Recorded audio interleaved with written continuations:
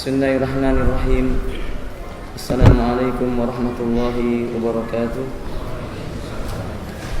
Innal hamdalillah nahmaduhu wa nasta'inuhu wa nastaghfiruhu wa na'udzu billahi min shururi anfusina wa sayyiati a'malina. Man yahdihillahu fala mudilla lahu wa man yudlilhu fala hadiya lahu. أشهد أن لا إله إلا الله وحده لا شريك له وأشهد أن محمدا عبد الله ورسول الله. اللهم صل على محمد وعلى آله وأصحابه ومن تبعهم بإحسان إلى يوم الدين. أما بعد، يا أيها الذين آمنوا اتقوا الله حق تقاته ولا تموتن إلا وأنتم مسلمون. وبعد، فإن أصدق الحديث كتاب الله وخير الهدي هدي محمد صلى الله عليه وآله وسلم وشر الأمور محدثاتها إن كل محدثة بدعة وكل بدعة ضلالة وكل ضلالة في النار. Ikhwati rahimani wa rahimakumullah. Kita melanjutkan pembahasan dari kitab Menuntut Ilmu, Jalan Menuju Surga di Fadilatul Ustaz Yazid Ibn Abdul Qadir Jawas hafizahullah ta'ala. Pasal berikutnya pada halaman yang ke-172, pasal tentang pentingnya waktu di dalam menuntut ilmu, dinukil dari kitab At-Tariq Ilal Ilmi dan diberikan ringkasan dan tambahan oleh beliau hafizahullah ta'ala. Qala muallif hafizahullah ta'ala, penulis menyebutkan iyyakum, hati-hati kalian dan waspadalah kalian. Dari apa? Dari sikap menyia-nyiakan waktu. Iyyakum wa tadyi'il waqt, hati-hati kalian dengan sikap membuang-buang masa, menyia-nyiakan waktu untuk sesuatu yang membahayakan atau hal-hal yang tidak bermanfaat. Qala Allah Ta'ala, wal asri innal insana lafi khusr. Demi masa, ada sebagian ulama yang menafsirkan demi waktu asar. Sesungguhnya manusia benar-benar dalam keadaan merugi. Illal ladzina amanu wa amilus shalihat, kecuali orang yang beriman lagi beramal saleh. Wa tawasaw bil haqqi wa tawasaw bis sabr, saling memberi nasihat dalam perkara kebenaran dan saling memberi nasihat dalam perkara kesabaran dalam beragama. Maka sesungguhnya waktu merupakan perkara yang sangat penting bagi setiap manusia. Fa idza madha min al-waqti famadha min ba'di hayati rajulin. Bila sesuatu atau bila satu waktu telah berlalu dari milik seseorang, pada hakikatnya hilanglah sebagian daripada kesempatan hidupnya. Li'annal waqta hayatul rajul, hayatul insi, karena waktu itu merupakan hidupnya seseorang. Bukankah kita hidup ini dengan menjalani waktu-waktu? Sedangkan waktu yang diberikan oleh Allah kepada kita berbatas. Kama qala Nabi sallallahu alaihi wasallam, inna ahadakum yujma'u khalqu fi batni ummihi 40 yawman nutfatan summa yakunu misla dhalika mudghatan summa yakunu misla dhalika 'alaqatan fayursalu ilaihi al-malaku fayanfukhu fi ar-ruh wa yu'maru bi katbi rizqi wa ajali. Sesungguhnya Allah menciptakan kalian di dalam perut ibunya dalam keadaan 40 hari pertama berupa air mani, kedua berupa gumpalan darah, ketiga berupa daging yang membungkus tulang. Lalu Allah mengutus kepadanya seorang malaikat, ditiupkanlah kepadanya ruh. Lalu Allah memerintahkan untuk menetapkan baginya bikadbi rizkihi, ketetapan batas rezekinya, wa ajalihi, dan juga ketetapan tentang batas usianya, wa amalihi, dan amal perbuatannya, amsaqiyun aw sa'idun, apakah dia termasuk dalam kondisi orang yang berbahagia maupun orang yang sengsara, orang sengsara ataukah orang yang berbahagia. Berarti setiap manusia punya batas waktu. Qala Allah tabaraka wa ta'ala likulli ummatin ajal. Allah mengatakan dalam Al-Quran, setiap umat maka dia memiliki batas usia. Jadi hakikatnya manusia hidup di muka bumi ini menjalani waktu-waktu yang tersisa baginya. Andai telah berlalu satu waktu, berarti telah berlalu kesempatan hidup bagi dirinya. Dan setiap kesempatan hidup itu menentukan baik buruknya seseorang. Bukankah setiap kebiasaan seseorang itu akan dibawa sampai menjelang kematiannya, sebagaimana Hasan Al-Basri menyebutkan, adatu rajulin fid dunya yusahibu hatta laqiyal mauta. Kebiasaan seseorang itu akan ia bawa sampai menjelang kematiannya.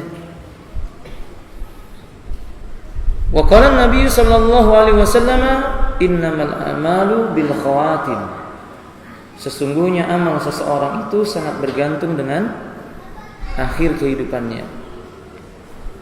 Sungguh saudaraku kaum muslimin rahimani warahmatullah, hilangnya waktu bagi orang yang beriman itu jauh lebih buruk daripada hilangnya harta benda milik dirinya. Karena harta benda masih bisa dicari di kehidupan waktu yang berikutnya. Akan tetapi waktu yang telah berlalu dia tidak akan kembali menjumpai dirinya lagi. Karena itu beliau mengatakan, bila satu waktu berlalu, satu hari berlalu, hilanglah sebagian dari kehidupan seseorang. Lalu beliau berkata, wahai para penuntut ilmu, bersungguh-sungguhlah dalam menjaga dan mengatur waktu. Alaikum bil ijtihadi wal juhdi. Atas kalian bersungguh-sungguh dan berupaya sebisa mungkin mengatur waktu, memelihara waktu, menggunakannya untuk hal-hal yang bermanfaat. Qala hafidhahullah ta'ala, beliau mengatakan di antara bentuk memanfaatkan waktu yang benar, yakni al-isra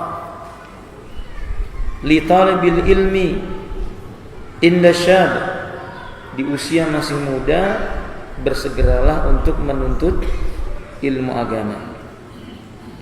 Segerakan diri Anda, segerakan diri kita di usia masih kuat, ingatan masih kokoh, hati punya azam yang semangat dan tinggi keinginannya untuk mendapatkan sesuatu, segera untuk mencari ilmu. Cari ilmu di usia muda, karena pada masa usia ini, kata beliau, tubuh masih kuat, semangat masih ada, tekad pun masih bulat. Berbeda dengan sebagian orang yang sebagian orang yang sudah tua, akan ada saja penghalang bagi dirinya. Dan ini nasihat bagi Anda yang belum menikah, segera memperbanyak menghafal Al-Quranul Karim. Jangan Anda mengira bahwa toh nanti menghafal bisa kalau sudah menikah. Tidak. Kita mengetahui bahwa wanita itu fitnah. Wanita itu fitnah. Dan memang diciptakan oleh Allah Subhanahu wa ta'ala mengiringi fitnahnya dunia. Sehingga Nabi SAW menyebutkan, ma taraktu syai'an adarru 'ala rijali, tidak aku tinggalkan suatu perkara yang lebih memudaratkan dalam riwayat yang lain, tidak ada satu perkara yang lebih aku takutkan menimpa suatu umatku dalam sebuah fitnah ilan nisa, kecuali fitnah para wanita. Terkadang menikah itu bisa menjadi fitnah. Maka Anda yang belum menikah, segerakan menghafal Al-Quran, menghafal kitab-kitab para ulama, mempelajari qawaid fiqhiyah, kaidah dalam fikih, usul dalam fikih, istilah-istilah dalam hadis. Ibnu Jama'ah mengatakan rahimahullah ta'ala, hendaknya seorang penuntut ilmu bersegera memanfaatkan masa mudanya dan seluruh waktu dari umurnya untuk memperoleh ilmu. Camkan baik-baik.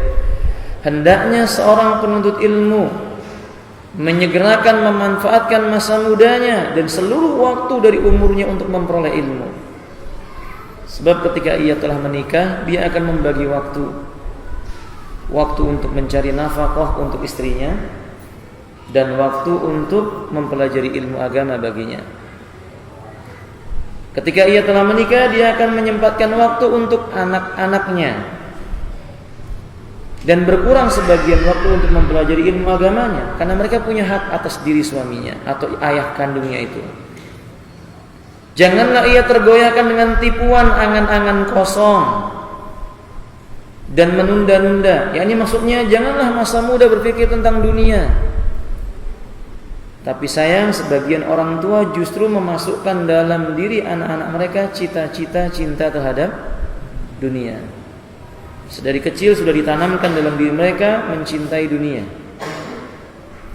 Menggapai cita-cita itu cita-cita yang bernilai dunia. Nah, beliau mengatakan tidak, janganlah ia tergoyahkan dengan tipuan, angan-angan kosong dan menunda-nunda. Dunia itu mengikut orang yang berilmu, insyaallah. Sebagaimana Allah mengatakan dalam Al-Qur'anul Karim, yarfa'illahu alladhina amanu minkum walladhina utul ilma darajat. Allah akan angkat beberapa derajat orang beriman di antara kalian lagi memiliki ilmu agama. Maka tidak boleh orang berilmu mengikuti dunia. Tapi percayalah, berdasarkan ayat ini maka Allah tidak akan sia-siakan orang berilmu. Selagi muda belajarlah agama dengan benar. Allah akan bukakan kebaikan-kebaikan dunia dan akhirat bagi dirinya. Dan jangan menunda-nunda. Karena banyak para pemuda menganggap dirinya masih kuat, menunda 2 tahun lagi baru menghafal Quran. Banyak para pemuda tidak pandai mengatur waktunya. Kata mereka, ini masih 17 tahun, masih bisa nanti usia 20 tahun baru menghafal Quran. Pertanyaannya, siapa yang menjamin dia sampai kepada usia 20 tahun? Atau pertanyaannya, siapa yang menjamin dia masih bisa punya kekuatan akal setelah usia 20 tahun? Bukankah mungkin Allah akan turunkan penyakit? Tentu kita memohon keselamatan dan kesehatan darinya. Nah, maksud itu beliau mengatakan karena setiap jam dari umur yang akan berlalu tidak akan pernah kembali dan tidak dapat diganti. Kata Ibnu Jama'ah, setiap waktu dari umur yang telah berlalu tidak akan pernah kembali dan tidak akan dapat diganti. Berapa banyak orang tua yang berkata, ya wailata laitani lam talid ummi. Coba seandainya aku tidak pernah dilahirkan ibuku pada saat ini. Atau dia berkata, coba seandainya aku masih muda. Atau bahkan dia berkata kepada anak-anaknya, wahai anakku, ayahmu telah tua, jangan tiru ayahmu. Artinya dia menyesal, di usia tua belum bisa membaca Al-Quran. Di usia 40 tahun belum tahu bagaimana sholat yang sunnah dengan zikir-zikir yang dituntunkan oleh syariat. Di usia 50 tahun tidak ada hafalan Quran yang ia miliki. Di usia 60 tahun dia tidak mengenal hadis yang sahih dan hadis yang dhaif. Di usia 70 tahun dia tidak mengerti bagaimana hak-hak orang yang harus dia sedekahai, tentang hukum waris dia belum tahu. Menjelang kematiannya dia hanya berkata, ya wailata laitani lam talid ummi. Coba andai saja aku tidak pernah dilahirkan oleh ibuku. Karena dia akan merasa tidak ada manfaat dalam hidupnya. hidupnya kosong. Al-Imam Abu Hanifah rahimahullahu taala menyebutkan, "Lau kana ar-rajulu yu'tihi Allah ta'ala kunuzad dunya walakinna laysa indahul ilm fa kana hayatu jafa." Bila seseorang diberi oleh Allah kekayaan harta benda dunia, yakni maksudnya disibukkan dengan dunia, dia cari harta, dikasih oleh Allah harta. Dia meminta kepada Allah rumah yang luas, mobil yang mewah, istri yang cantik, anak keturunan yang banyak, pangkat dan derajat di dunia diberi oleh Allah, tapi habis waktunya. Sementara tidak ada ilmu agama pada dirinya sedikit pun. Dia tidak mengenal hak Rabbnya, hak Nabinya, bagaimana beragama yang benar. Kata beliau, nanti dia akan merasakan hidupnya itu kosong, kering, jafa, gak ada apa-apanya. Dan itu sudah banyak kita jumpai di hadapan kita. Orang tua meneteskan air mata dan dia berharap kembali muda, tapi tidak mungkin.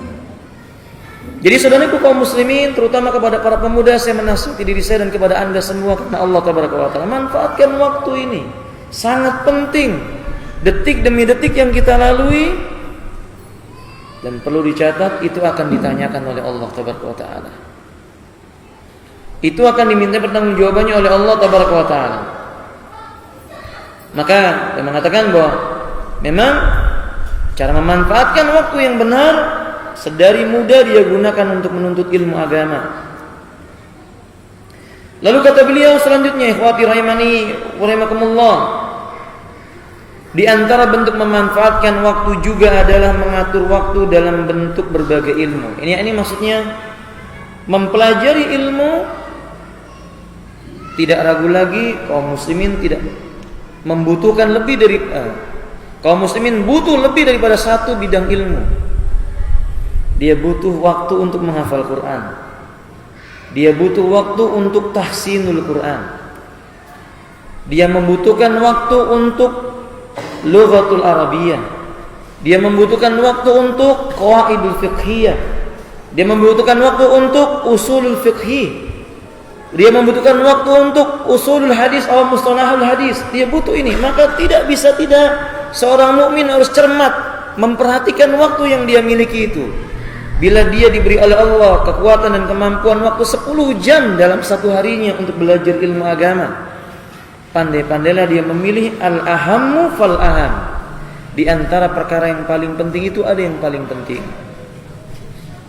Atur waktunya. Di waktu pagi, waktu yang paling baik untuk menghafal.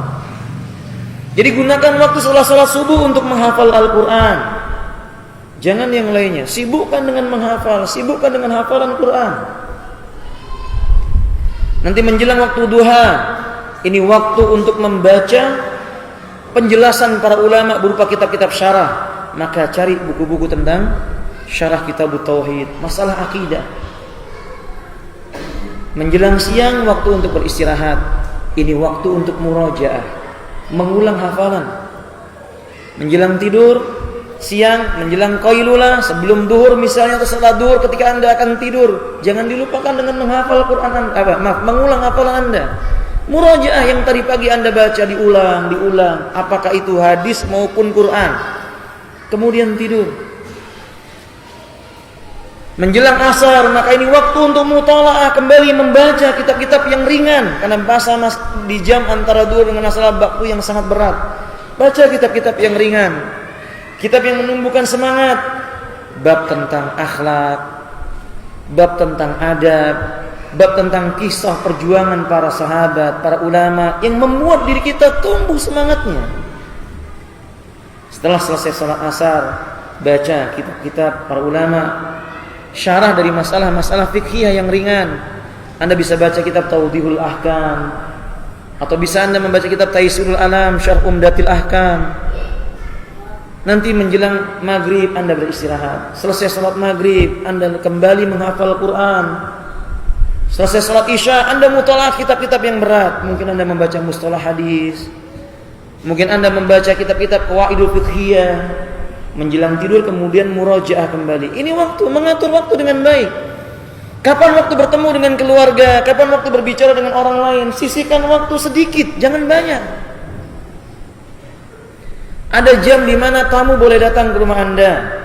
Ada jam di mana orang boleh menelpon Anda. Ada jam di mana Anda harus membuat karya tulis yang memang waktunya Anda harus menulis. Tapi ingat, bagi penuntut ilmu jangan tergesa-gesa menjadi seorang penulis. Perkaya dulu hati kita dengan pengetahuan din dengan benar. Untuk mengokohkan hafalan bisa dengan menulis, karena menulis ini bisa mengokohkan hafalan sedikit demi sedikit. Nah, saudaraku kaum muslimin rahimanillah, jangan disibukkan dengan pertemuan-pertemuan yang kurang bermanfaat. Sehingga beliau mengatakan mengaturnya untuk setiap ilmu yang sesuai. Seperti yang tadi saya sebutkan, pagi itu belajar apa, siang bagaimana, sore apa yang dibaca, ba'da maghrib bagaimana, menjelang tidur apa, tengah malam apa yang ia lakukan, dimanfaatkan. Dan ingat, penuntut ilmu tidak hanya membaca buku-buku. Samratul ilmi, buah daripada ilmu itu huwal amal, yaitu amal. Hiyal amal, ini amal. Maka ikhwati rahimanillah, amalkan ilmu yang kita telah ketahui. Di malam hari qiyamul lail, tidak sanggup 11 rakaat, 9 rakaat. Tidak sanggup 9 rakaat, yang kita sanggup kita lakukan. Meminta kepada Allah Ta'ala, mengakui dosa-dosa di hadapan Allah Azza wa Jalla. Ini mengatur waktu. Waktu di mana Anda, kalau Anda sudah menikah, waktu di mana Anda dengan keluarga tidak boleh diganggu oleh orang lain. Waktu Anda bercengkrama dengan istri Anda, bersenda gurau dengan anak-anak Anda, tidak boleh orang lain mengganggunya. Ada waktu Anda bertemu dengan orang lain, Anda harus bersosialisasi dengan mereka, menyampaikan yang Anda ketahui, menerima apa yang mereka ketahui untuk Anda. Jadi waktu benar-benar bermanfaat. Kalau ada yang bertanya, gimana Ustaz untuk olahraga? Tidak dilarang. Kalau memang olahraga itu untuk menyehatkan, tujuannya agar tubuh sehat dan bisa lebih giat dalam beribadah, tidak ada masalah dalam masalah, tapi diatur dengan cara yang baik. Beliau mengatakan dan mengaturnya untuk mendapatkan apa yang bermanfaat baginya. Mengaturnya untuk mendapatkan apa yang bermanfaat baginya. Akhi fillah rahimani wa rahimakumullah. Sungguh kalau seandainya waktu bisa ditukar dengan dunia, tapi sesungguhnya tidak bisa ditukar dengan dunia, karena harga waktu tidak setara dengan harga dunia. Harga dunia sangat rendah. Maka kalau begitu, jangan sia-siakan sedikit pun dari waktu untuk urusan-urusan yang kurang bermanfaat, ya ikhwati. Kalau ada soal yang Anda ditanya tentang suatu perkara, kalau tidak tahu, jawab tidak tahu. Jangan diperpanjang. Kalau ada orang bertanya kepada Anda, lalu Anda tidak mengetahuinya, katakan saya tidak tahu. Kalau Anda tahu, jawab dengan jawaban yang seperlunya saja. Hukumnya demikian, hukumnya cukup. Dalilnya ini, dalilnya itu cukup. Nah, demikian. Wallahu ta'ala a'lam bishawab. Kata beliau selanjutnya, yakni Imam Ibnu Jama'ah rahimahullahu ta'ala mengatakan tentang jenis yang kelima dari adab-adab penuntut ilmu terhadap dirinya sendiri. Kata Imam Ibnu Jama'ah, hendaklah ia membagi waktu malam dan siangnya. Ini nasihat beliau. Li talibil ilmi ayyasusa waqtahu minal laili wan naharihi lil ilmi aw li ghairihi. Hendaknya penuntut ilmu itu membagi, mengatur dengan baik. Malamnya itu bagaimana, siangnya bagaimana. Manfaatkan umur yang tersisa padanya, karena umur yang tersisa tidak ada bandingannya. Dan ini benar. Lihat Syekh, para ulama kita, Al-Imam Al-Albani rahimahullah ta'ala, tidaklah beliau terjaga dari tidurnya atau tersadar dari sakitnya, melainkan beliau meminta kepada anaknya untuk mengambilkan kitab-kitab hadis seperti kitab Sunan Abu Daud untuk dibacakan di sisi beliau, untuk dikoreksi oleh beliau, untuk diterangkan oleh beliau, untuk disyarah oleh beliau, untuk ditaklik oleh beliau, diberi penjelasan, diberi catatan kaki, ilmu. Imam Al-Hakim menjelang wafatnya pun demikian. Al-Imam Al-Ghazali menjelang wafatnya mengangkat kitab Sahih Bukhari sembari berkata, kalau seandainya waktu ku gunakan seperti pemilik kitab ini. Artinya beliau mengakui telah banyak waktu yang terbuang sia-sia, maka sisa waktu itu untuk kebaikan baginya. Nah, ikhwati rahimani, hampir tidak ada waktu yang terbuang bagi diri mereka. Kalau seandainya bagaimana dengan istri-istri mereka? Inilah yang disebut oleh Nabi sallallahu alaihi wasallam, bahwa tentang dunia itu merupakan permainan, dan semua yang ada di dunia itu permainannya terlaknat. Ad-dunya mal'unatun wa mal'unun ma fiha. Dunia itu terlaknat dan terlaknat pula apa yang ada di dalamnya. Illa dzikrullah, kecuali zikir mengingat Allah. Dalam riwayat yang lain, illa baina mutazawwijaini, kecuali antara suami dan istri. Antara suami dan istri tidak ada waktu yang tidak bermanfaat. Seorang lelaki memandang istrinya itu manfaat dan dinilai pahala oleh Allah. Lalu si istri mendatangkan rasa senang dalam hati suaminya, itu manfaat. Itu mendatangkan kebaikan bagi dirinya. Maka Anda yang belum menikah, kan Anda nggak ada yang dipandengin kecuali apa? Ya, Anda yang belum menikah nggak ada yang bisa dilihat. Apa yang mau dilihat?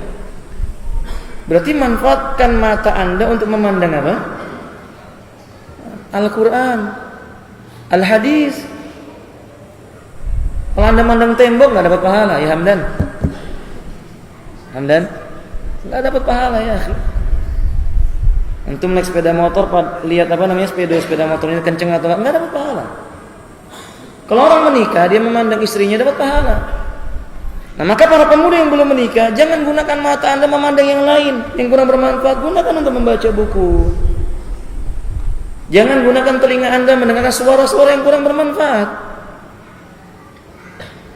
Jangan gunakan lisan Anda berbicara yang tidak bermanfaat. Gunakan untuk perkara-perkara yang mendatangkan manfaat. Kalau seorang lelaki berbicara dengan istrinya, itu pahala. Istrinya berbicara kepada suaminya, itu pahala. Ayah kepada anaknya, anak kepada ayahnya, na'am sahih. Tapi mereka yang sendirian, banyak-banyaklah bertakwa kepada Allah Ta'ala. Gunakan manfaatnya dengan baik. Wallahu a'lam bishawab. Lalu kata beliau, di antaranya juga adalah meninggalkan berlebih-lebihan dalam bergaul. Ini penting.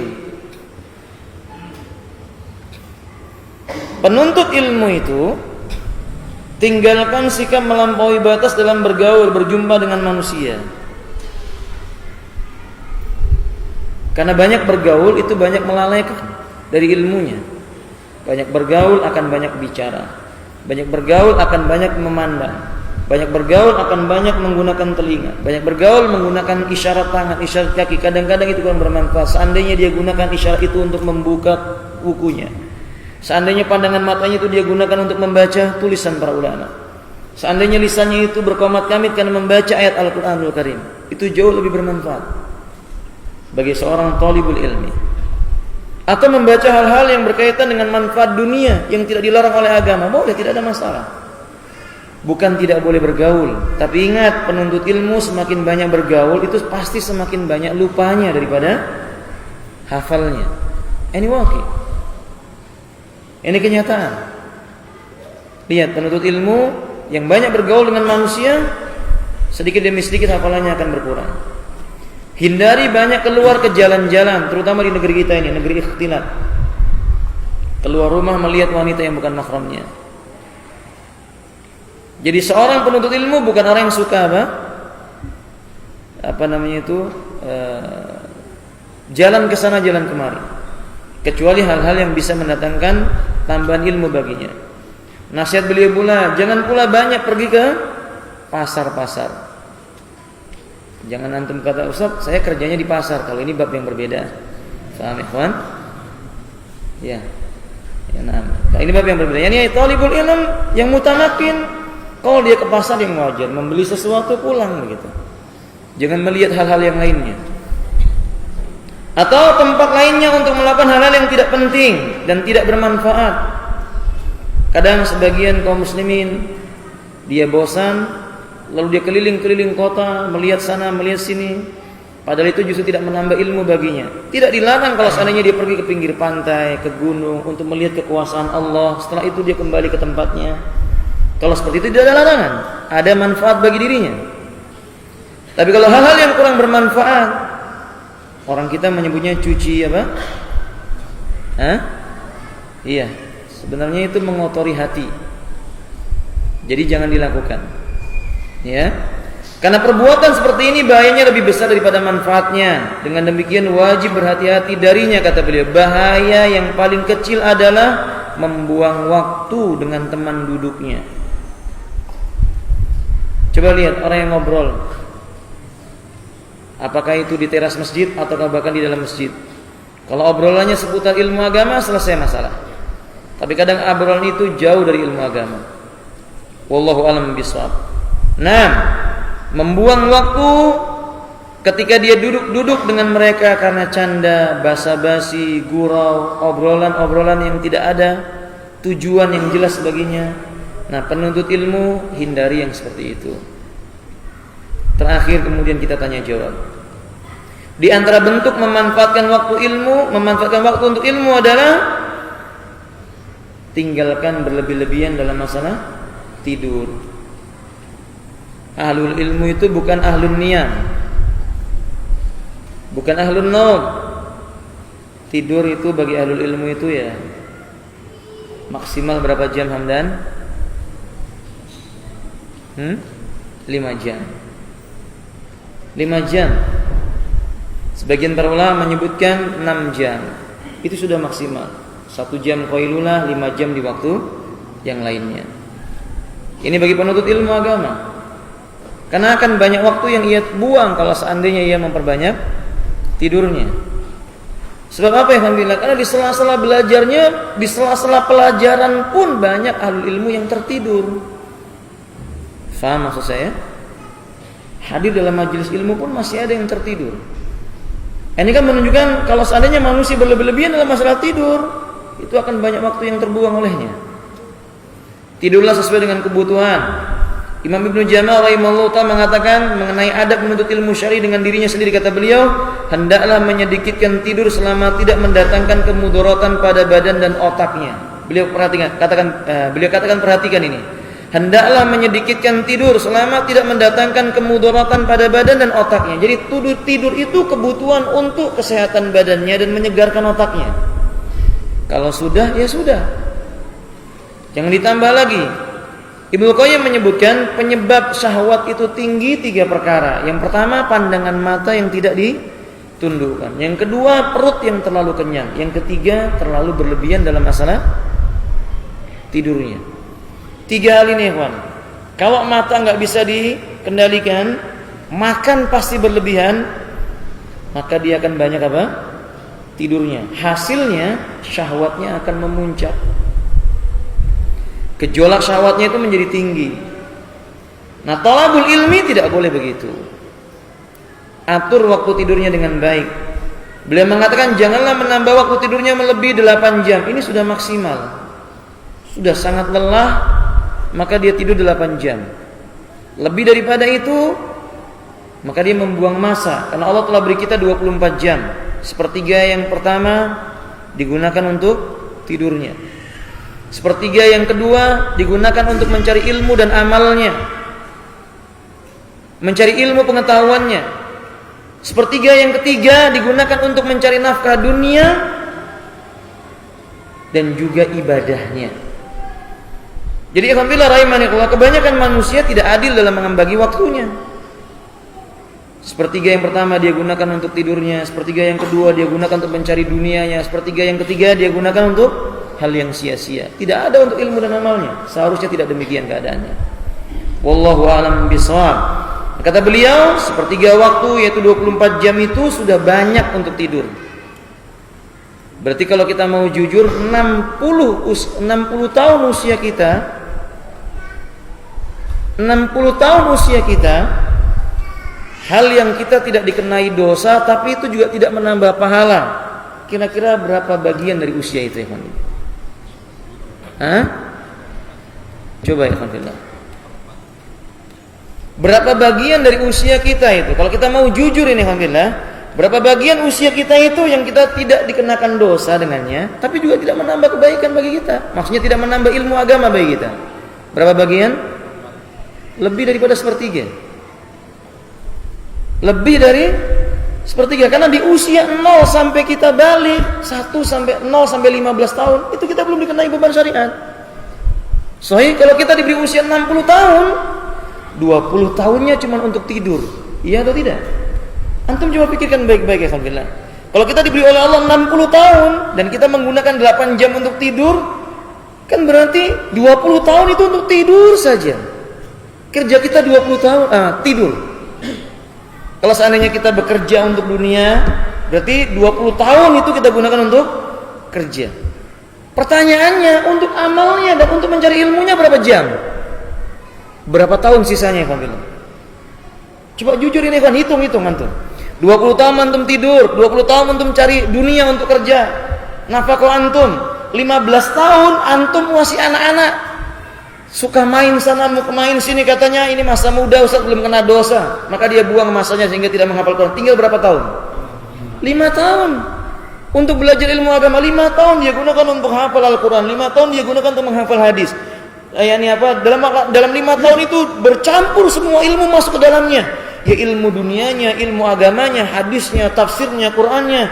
Maka dia tidak sanggup. Walhasil dia tidak paham apa-apa sama sekali. Nah, kalau tidak dimulai dari usia kecil, kalau kita misalnya dikatakan belum melakukan itu, maka anak-anak kita, kalau tidak memulai kita kepada mereka untuk memulai dari kecilnya itu mempelajari agama, apa yang akan kita peroleh di yaumil qiyamah? Sungguh benar ucapan Nabi yang menyebutkan idza mata ibnu adam in qata amalu illa min salah, sadaqatin jariyatin aw ilmin yuntafa'u bi wa waladin shalih yad'ullaha lahu. Poin yang ketiga, yad'ullaha lahu, yang selalu berdoa untuk anak soleh yang senantiasa berdoa memohonkan ampunan kepada Allah untuk orang tuanya. Waktu kita ternyata sempit, ikhwan, dan sedikit dari amal yang kita lakukan. Maka persiapkan untuk siapa? Anak-anak kita. Jangan sampai seperti kita. Beliau mengatakan, jika keadaannya memungkinkan untuk tidur kurang dari waktu tersebut, maka lakukanlah, kata beliau. Kalau memang sanggup tidurnya 5 jam, ya 5 jam saja. Wallahu ta'ala a'lam bishawab. Ada poin yang penting juga di sini saya tambahkan. Di antaranya juga adalah meninggalkan berlebih-lebihan dalam masalah makan. Thalabul ilmi itu jangan gemar kuliner, keliling makanan kesana kesini, gitu ya. Makan pagi di sini, datang bertamu sudah makan, belum, cuman sarapan. Ajib kalau seperti ini. Siang datang bertamu, akhi, sudah makan siang belum? Belum, Ustaz, cuman makan roti aja. Ya Rabbana. Maka apabila rahimanillah, jadi tinggalkan berlebih-lebihan dalam masalah apa? Makan. Demikian pula dalam masalah minum. Demikian pula dalam masalah apa? Jima, bersetubuh. Begitu pula meninggalkan perhatian dalam mencari makanan yang berlebih-lebihan. Kalau antum bekerja sudah cukup ini untuk dapat makan hari ini, untuk biaya hidup istri kita, untuk anak kita yang sekolah, selesai, sudah cukup. Sisanya gunakan untuk mencari ilmu agama. Dunia itu dicari, ujung-ujungnya juga Anda tinggalkan atau dia meninggalkan kita. Faham? Kita mencari dunia itu kalau kita nggak meninggalkan mereka, mereka yang akan meninggalkan diri kita. Semoga bermanfaat. Wallahu ta'ala alam bisawab. Taib. Lam yadkhul al-waqt li salat al-isha. Tawil insyaallah. Ila. Masyaallah. Tafadhal. Pertanyaan pertama, barakallahu fika ya Ustaz. Fikum barakallahu. Ana seorang guru yang sebagian guru menganggap anak masuk guru yang galak, suka marah. Salahkah anak ketika marah disebabkan siswa tidak memahami pelajaran yang sudah Anda jelaskan berkali-kali? Apa yang seharusnya anak seorang besar berwakil ala nasihat? Marah itu ada dua. Marah yang diridhoi oleh Allah, itu marah karena Allah. Dan marah yang kedua, marah yang dicela di dalam syariat. La taghdab, innal ghadaba minasyaitan.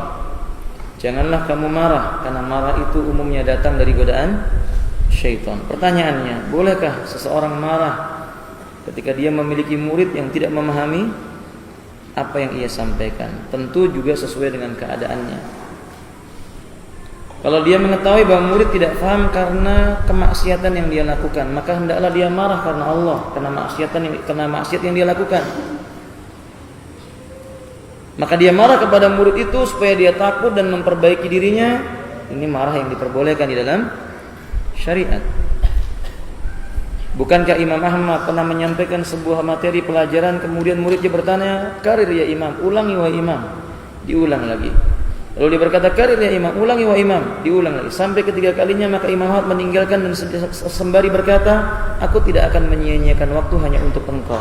Masih ada orang lain yang lebih bermanfaat kalau aku sampaikan perkara ini kepadamu. Atau kama qala rahimahullah ta'ala. Ini karena marah karena Allah. Dia ingin waktu itu bermanfaat. Tapi kalau seandainya karena memang kemampuan anak ini rata-rata memang di bawah kebiasaan orang umumnya, ya nggak boleh dia marah. Ya harus sabar. Sampaikan sedikit tapi mudah baginya difahami. Maka kemarahan itu disesuaikan dengan apa? Keadaannya. Dengan catatan marah itu tidak dengan apa? Memukulnya, ya. Kecuali kalau memukulnya jadi cerdas seperti siapa? Umar bin Khattab. Di saat Umar bin Khattab radhiyallahu ta'ala ditanya oleh seseorang tentang ayat-ayat mutasyabihat. Apa makna ayat ini? Umar menjelaskan. Ditanya lagi bagaimana maksudnya begini, Umar menjelaskan. Ditanya lagi seperti itu, Umar menjelaskan, tapi Umar berkata, coba buka apa? Sorbanmu. Lalu Umar minta pelepah kurma. Lalu dia berkata, kemarikan kepalamu. Lalu Umar memukul kepalanya sampai keluar apa? Keluar apanya, kawan? Setannya. Setannya keluar. Sehingga orang itu berkata, ya Amirul Mukminin, kharaja min ra'si syaitan. Setan sudah keluar dari kepalaku. Berarti kan jadi cerdas. Jadi faham, saya faham maksudnya setannya udah keluar. Kalau anda mukul murid kemudian jadi pinter, boleh, nggak apa-apa. Paham? Kalau murid anda dipukul kakinya jadi pinter dia, nggak apa-apa. Tapi kalau dipukul sudah nggak pinter, cacat pula. Naudzubillah min dzalik. Maka nggak ada manfaatnya. Maka jangan lakukan yang seperti itu. Bersabar itu lebih baik. Wallahu a'lam bishawab. Baik, fadhil. Dan selanjutnya, assalamualaikum. Ustaz ada pertanyaan, apa hukumnya menyimpan uang untuk membeli rumah? Hukum menyimpan untuk membeli? Boleh. Tidak mengapa. Menyimpan uang untuk membeli rumah karena memiliki rumah itu hukumnya apa, kawan? Saya tanya sama antum ini. Punya rumah itu hukumnya apa? Wajib atau sunnah? Wajib atau fardu? Fardu atau mustahab? Kalau punya rumah wajib, kasihan orang miskin, berdosa semua. Kalau punya rumah itu wajib, orang miskin berdosa semua yang nggak punya rumah. Punya rumah nggak wajib. Paham ya, kawan? Kalau kita nggak punya rumah gimana, Ustaz? Kan bisa sewa, nggak punya. Wadah. Yang jelas apabila memiliki rumah itu hukumnya mustahab, disukai. Anak kuliah tidak dilarang seseorang itu memiliki. Kalau dia menyimpan uang untuk membeli rumah supaya dia bisa beribadah di dalam rumah itu lebih tenang, tidak dilarang menyimpan uang untuk perkara yang tersebut. Masuk ke dalam keumuman masalah al-aslu fil adati ibahah. Hukum asal dalam masalah adat itu mubah atau halal. Demikian. Wallahu a'lam bishawab. Ustaz, mana ada yang lebih utama antara membaca kalimat syahadat atau mengerti tata cara beribadah bagi seorang yang baru masuk Islam? Wajib seseorang itu mengucapkan kalimat syahadat sebelum masuk Islam. Dan jangan paksakan seseorang itu untuk memahami apa yang ada dalam Islam. Lalu kita berkata jangan bersyahadat dulu sebelum tahu Islam. Enggak begitu. Faham maksudnya, kawan? Antum jangan mengislamkan orang nunggu sampai orang itu kamu harus tahu dulu nih haknya Allah apa, haknya Rasulullah apa, beragama yang benar bagaimana baru masuk Islam. Jangan begitu ya, kawan. Kalau kita menjumpai ada seseorang mau masuk Islam, permudah baginya karena memang agama ini mudah, kata Nabi, ad-dinu yusrun, yassiru wa la tu'assiru. Agamamu ini mudah, berikan kemudahan, jangan kamu persulit. Kalau ada orang mau masuk Islam, ucapkan, perintahkan dia mengucapkan kalimat asyhadu an la ilaha illallah wa asyhadu anna Muhammadan abdullahi wa rasulullah atau wa asyhadu anna Muhammadar rasulullah. Selesai. Setelah itu kita ajarkan Islam sebatas kemampuan yang kita miliki dan sebatas kemampuan yang ia ingin ketahui, kita sampaikan Islam perlahan-lahan.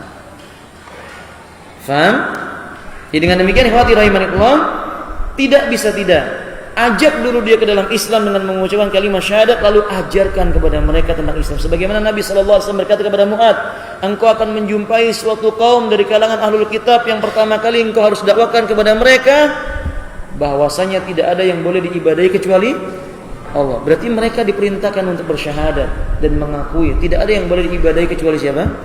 Allah taala. Wallahu a'lam bishawab. Assalamualaikum warahmatullahi wabarakatuh. Apabila seseorang mempunyai tato di badannya, namun dia sudah bertaubat, pertanyaannya, apakah sholatnya dan ibadah lainnya diterima oleh Allah? Lalu bagaimana dengan berarti? Akhi billah rahimani wa rahimakumullah. Bukankah syarat sahnya ibadah itu adalah ikhlas? Dan yang dimaksud dengan ikhlas adalah mentauhidkan Allah taala. Dan orang yang bertauhid tidak akan disia-siakan oleh Allah Azza wa Jalla. Innallaha la yudhi'u 'amalal muhsinin. Allah tidak akan menyia-nyiakan amal perbuatan orang yang berbuat kebajikan dan dia bertauhid. Alhamdulillah, bukankah manusia yang melakukan perbuatan dosa dimaafkan oleh Allah jika dia bertobat kepada Allah? Kullu bani Adam khata' wa khairul khata'ina tawwabun. Setiap anak Adam sering melakukan salah dan sebaik orang yang bersalah mereka yang bertobat kepada Allah. Allah Subhanahu wa taala berfirman, "Qul li ibadiyalladzi asrafu ala anfusihim la taqnatu min rahmatillah, la taqnatu min rahmatillah, innallaha yaghfirud dzunuba jami'a, innallaha yaghfirud dzunuba jami'a." Katakanlah kepada hambaku yang telah melampaui batas terhadap dirinya sendiri dalam berbuat maksiat, jangan berputus asa dari rahmatnya Allah. Sesungguhnya Allah mengampuni segala macam jenis dosa. Kalau ada orang membuat tato pada tubuhnya karena masa lalunya dia tidak mengetahuinya, maka Islam menganjurkan dia menghilangkan tato sebatas kemampuannya. Kalau ada alat yang bisa digunakan menghilangkan tato, dia hilangkan. Kalau seandainya tidak ada alat untuk menghilangkan tatonya, hendaklah dia bertakwa kepada Allah sebatas kemampuannya. Iringi hidupnya dengan taubat. Allah akan ampuni dosa-dosanya. Innallaha tawwabur rahim. Sungguh Allah Maha penerima taubat. Allah itu Maha penyayang. Insyaallah sah salatnya. Seandainya orang bertato pada bagian wajahnya, pada bagian tangannya, jarinya misalnya, alhamdulillah, jarinya ditato jadi telunjuknya, padahal ketika sholat harus apakah dia harus potong tangannya? Sekali-kali tidak. Tidak, sekali-kali tidak. Allah itu Maha penyayang. Allah berkata, "Innallaha kana bikum rahim." Allah terhadap dirimu dia menyayangi. Seandainya orang yang berbuat syirik menodai kekuasaannya Allah dan keesaannya Allah saja, Allah ampuni dia. Lalu mengapa dosa yang lebih kecil daripada syirik Allah tidak akan ampuni? Allah akan ampuni. Insyaallah salatnya akan diterima oleh Allah taala. Innallaha la yanzuru ila suwarikum wa amwalikum. Allah tidak memandang kepada tubuh kalian apakah ada tatonya atau tidak. Harta benda kalian kaya ataukah miskin, walakinallaha yanzuru ila qulubikum wa a'malikum. Allah lihat ke dalam hati kalian, ketulusan kalian dan amal kalian ingin berbuat kebaikan. Jadi percayalah wahai saudara kaum muslimin, jika sebagian saudara kita terjatuh dalam perbuatan ini, jangan berputus asa. Bisa jadi kelak dia menjadi orang yang lebih baik dibandingkan orang yang tidak berbuat maksiat sebelumnya. Wallahu taala a'lam bissawab. Dan selanjutnya, apa hukum memakai deodoran yang mengandung alkohol? Apakah sholatnya sah? Alkohol berbeda pendapat para ulama tentang hukumnya, apakah najis ataukah tidak. Sebagian para ulama menganggap sebagai perkara yang najis karena berdalil dengan firman Allah, "Innamal khamru wal maisiru rijs min amali syaitan." Sesungguhnya khamr dan judi itu najis dari amal perbuatannya syaitan. Maka sebagian para ulama mengatakan berdasarkan ini maka alkohol itu najis. Tapi sebagian para ulama mengatakan ini bukan najis secara zatnya, tetapi najis secara maknawi, dan ini pendapat yang kuat. Sebagai dalilnya dalam riwayat Imam Bukhari, ketika turun ayat tentang larangan khamr, maka para sahabat membuang khamr di jalan-jalan. Seandainya khamr itu hukumnya najis, Nabi tidak mungkin membiarkan para sahabat membuang najis di jalan raya. Ala kulli hal, maka pendapat yang rajih insyaallah alkohol tidak najis. Maka menggunakan minyak wangi yang ada apa? Alkoholnya dalam keadaan tertentu maka tidak mengapa. Tetapi menghindarinya itu jauh lebih baik. Khuruj anil khilaf, keluar dari apa? Perselisihan para ulama. Wallahu a'lam bishawab. Bismillahirrahmanirrahim. Ustaz, bagaimana hukumnya menyentuh kotoran cicak? Apakah sholatnya sah? Menyentuh Kotoran cicak kering atau basah? Kalau basah maka dia najis dan batal salatnya. Kalau dia mengambilnya dengan kain maka tidak mengapa, selama tubuhnya tidak terkena apa? Najisnya itu. Salat itu menjadi batal ketika anggota tubuhnya terkena najis dan dia mengetahuinya.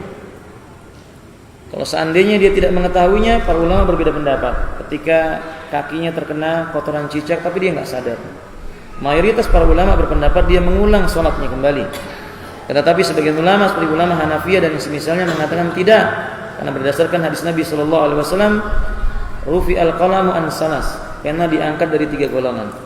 Anin naim hatta yastayqid, dari orang yang tertidur sampai dia bangun. Anis sobi hatta yaqtalima, anak kecil sampai dia dewasa. Wa anin nasi hatta yatadakkar, dari orang yang lalai sehingga dia itu mengetahuinya. Dalam riwayat yang lainnya, anil majnuni hatta yufiqo, dari orang gila sampai dia sadar dari penyakit gilanya. Maka orang yang tidak tahu ketika dia terkena najis kemudian berlalu waktu lalu ada orang memberitahu dia terkena najis, maka tidak wajib baginya mengulang salatnya. Ala qauli rajih insyaallah. Wallahu a'lam bishawab. Bagaimana dengan seorang menuntut ilmu yang ketika dia sholat di waktu rukuk dan sujud celananya membentuk pakaian dalamnya karena tidak tertutup bajunya atau karena hatam? Apakah dia termasuk menuntut ilmu yang warok atau dia sudah tamatnya? Akhi fillah, masalah menggunakan bantalun. Para ulama kita masih berbeda pendapat. Sebelum saya sebutkan permasalahan ini, yang perlu kita ketahui, tidak boleh seorang muslim bersikap keras kepada perkara-perkara yang masih para ulama itu berbeda pendapat di dalamnya. Tentang bantalun, ulama kita berbeda pendapat. Sebagian ulama mengatakan salat menggunakan bantalun tidak sah, dan ini pendapat seperti ulama mutakhirin adalah Al-Syekh Masyhur Hasan Salman. Dalam kitab Al-Qaulul Mubin fi Akhta'il Musallin, beliau menyebutkan salat menggunakan bantalun tidak sah karena akan membentuk mak'at, kelihatan bokongnya itu. Dan beliau menjelaskan dengan dalil-dalil yang banyak. Sebagian ulama lagi seperti penulis kitab Sahih Fiqhus Sunnah Abu Malik hafizahullah taala menyebutkan salat menggunakan bantalun sah karena pada hakikatnya dia menutup aurat walaupun tidak sempurna. Maka ini ada khilaf para ulama. Apa sikap yang harus kita lakukan? Mengambil sikap yang wara', berhati-hati. Gunakan salat, gunakan sesuatu yang bisa menutup bagian bokongnya. Perlu dicatat, tidak harus menggunakan